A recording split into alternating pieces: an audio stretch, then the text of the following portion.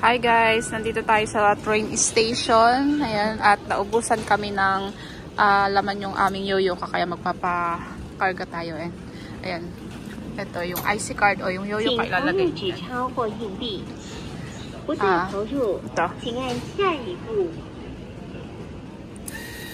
Lalagay nga dun yung pera.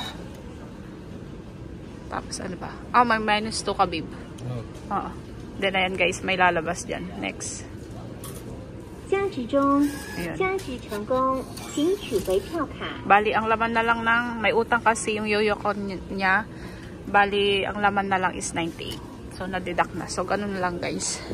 Yan yung sa akin man, babe.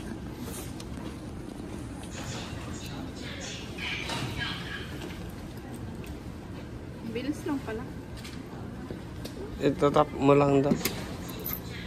So, ito naman yung sa akin guys. Ito tap lang natin dito. Ito, yoyoka to guys. May design lang siya. Tapos lalagay mo natin. 加值中，请投入纸钞或硬币取回票卡。不再投入，请按下一步。 Lalagay lang natin. 请将票卡放进，请投入纸钞或硬币。不再投入，请按下一步。 Ayun na guys. Remaining balance, meron pa akong 19, tapos meron siyang 100. So, ine-next lang natin. 加值中， Okay na. 加值成功，请取回票卡。 So, 119. So, ganun lang guys.